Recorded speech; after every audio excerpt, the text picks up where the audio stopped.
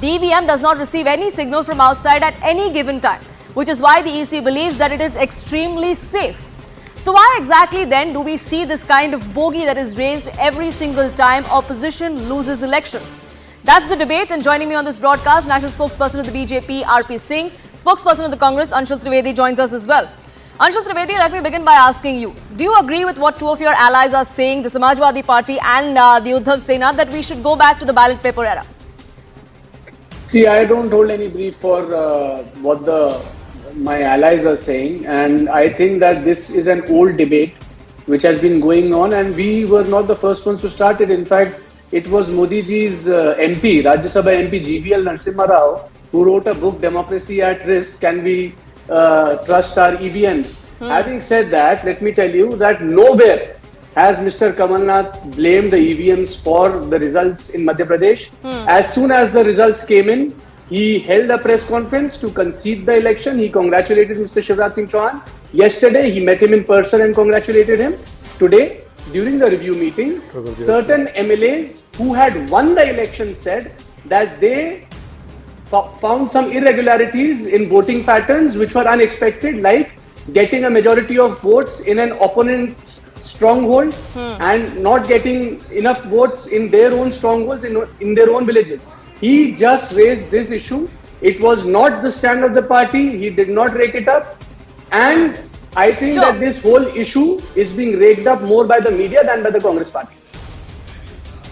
Sir, I understand you can't speak for two of your allies, but all I asked is, do you agree we should go back to the ballot paper era? Also, the former chief minister... Sure, the former Chief Minister Kamal Nath may not have said it, but Digvijay Singh, also a former Chief Minister from your party, has said it. Can I clarify that? Sure, go ahead. Clarify that? Yes.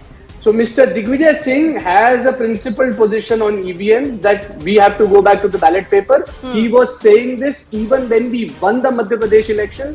He said that I do not trust these machines. You can go, you can check his Twitter account. While we were in power in Madhya Pradesh, he was still opposing EVM. So that is Mr. Digvijay Singh's position. You have to ask him how and why he thinks that. That's not the Congress So that's position, not the party's position. and that's not Mr. Kamal Nath's position and Congress party's position. Sure. So RP Singh, the Congress is not trying to blame the EVM, or nobody in the opposition is trying to blame the EVM this time around. It's just that some within the Congress party have a principled view of EVMs and how they must not be used. That should not be seen as a whole as the Congress party's opinion. Well, that's a very easy way out. One of your top leaders will say, give a statement, and then you wash off your hands by saying that, oh, we have nothing to do with the statement. I mean, he's your top leader. He's a former chief minister, and he has. I don't know whether he's still, but he was known as the advisor to. He was the known advisor to Rahul Gandhi one time. So if he gives a statement, I mean, you can't just rule it out by saying that, or wash it out by saying that, oh, we have nothing to do with the statement. And otherwise also, I was just going through technical data of something like 65,000 booths in Madhya Pradesh. This time they were voting at 65,000 booths. It means there were EVMs for 65,000 booths. So how do you expect all these can be interconnected? How can there can be some sort of tampering which has happened to 65,000 machines in Madhya Pradesh? It's shocking. 11,000 new booths were added to last year's 53,000 something number. But I don't understand the basics of their questioning the EVM, and then our election commissions is seen as one of the best election commission worldwide. I mean, it's seen as a gold standard election commission and has a robust system. It's acknowledged worldwide. But yes, when they lose election, they raise questions. I mean, whether they lose election here or coming election, when they lose a forthcoming election, even then they are going to raise questions. Can I and also, when they win elections, can I complete, sir? Can I complete, please? I never interrupted you. And also, they never raised a question in Karnataka or Himachal or for that regard, even in this recent Telangana elections also. They were quite okay with Telangana. Sure. So that's how Congress party is. I mean, Can I respond? Can I complete, sir? I mean, yes, what is Mr. the problem Trivedi, with I'll you, come sir? to you, let him finish. I'll give you, you had your time, I'll give you enough time to rebut. Let Mr. RP Singh finish. But this is a new DNA of the Congress. I mean, they can't allow others to speak. I mean, that's what they do in Parliament. That's what they do in TV debates also now. But the issue is that how can you expect that 65,000 independent units can be tempered or can be some malfunctioning can be there in all those 65,000 units, and they can be remote controlled by some process outside. So this laughable, but yes, that's how Congress is. Hindi में एक कहावत है, किसानी बिल्ली खंबा नोचे. That's all I can say about Congress recent or Digvijay Singh's statement about EVM. Mr. Trivedi, go ahead. It's a convenient excuse to say that it's only Digvijay Singh's opinion and not the party's, is what the BJP says. No, I mean, if it was our official position, we would have called a press conference and brought out irregularities. Now, Mr. R.P. Singh must answer, was Mr. L.K. Advani laughable when he questioned the EVMs when he was in opposition? Is he mindless? Is it laughable? Is it Mr. GVL Narasimha Rao, who is now the member of parliament of Rajya Sabha from his own party, who has written an entire book questioning the EVMs? So now when the BJP is in power and the BJP is in opposition, it has the right to question. There is an entire debate on efficiency versus transparency, on the basis of which the German High Court, German Supreme Court actually ended the use of EVMs in their nation. Now we can have a civil debate over here. However, this whole narrative which is being constructed and this statement which is being ascribed to the Congress party, we don't hold any brief for any leader. I mean, then I would have to ask them, does Mr. R.P. Singh hold the brief for Sadhvi Pragya Thakur or for that MLA who was closing meat shops forcibly in Rajasthan?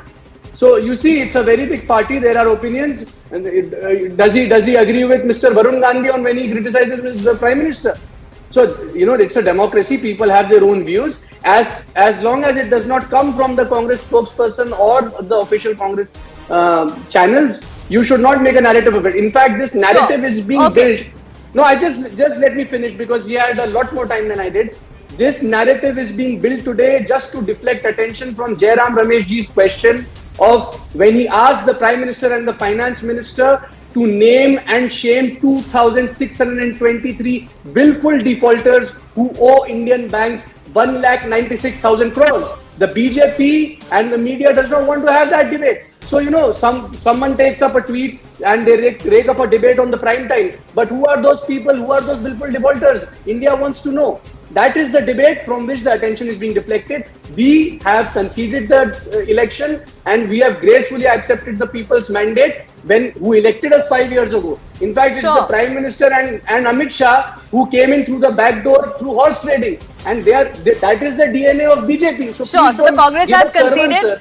So the Congress has conceded defeat. R.P. Singh, they have absolutely no issues. And these voices that come in, not just from the Congress party, from within the alliance as well. Yes, we're in an alliance, but we're not liable for what they say. Advani also used to say. Sure, you made your point, sir. You made your point, sir. Let Mr. R.P. Singh respond. Well, what he is referring to is some 20 years back, and then technology has changed and things have changed since then. And then even that time, we never had laptops, we never had good computers, we never had any good mobiles also. Now things have changed, and that's how things gradually mature. But coming back to the issue of his man referring to some German court, I mean, there have been decision of the Indian courts, various courts, right from Kerala to Haryana to various high courts and also the Supreme Court on EVMs, and also Election Commission openly called for anyone to come and hack the EVM. They invited all political parties to come and do it, and they left the EVM for them to hack it, but they never had any answer to it except holding some press conference in London. There are big questions abroad. They are holding some press conference in London. Mr. Kapil Sibal, then part of the the Congress party, was seen in that press conference, and which was raking up questions about the technological part of the EVM. And also, Aam Aadmi Party bought some toy from some Amazon and said, "Oh, this is EVM." I don't understand what sort of technology they believe in, but fact is, it's a foolproof system. If you have anything against it, please, go to Election Commission, ask the Election Commission to again give you a chance to come and demonstrate what you have to demonstrate with the EVM, but stop questioning the basic knowledge and the and also when we have these calls coming in from ballot papers, they also must be reminded of all the kind of violence that we have seen during the times when we were in the ballot paper era, or even now for that matter, when local elections are held, the kind of violence that we see in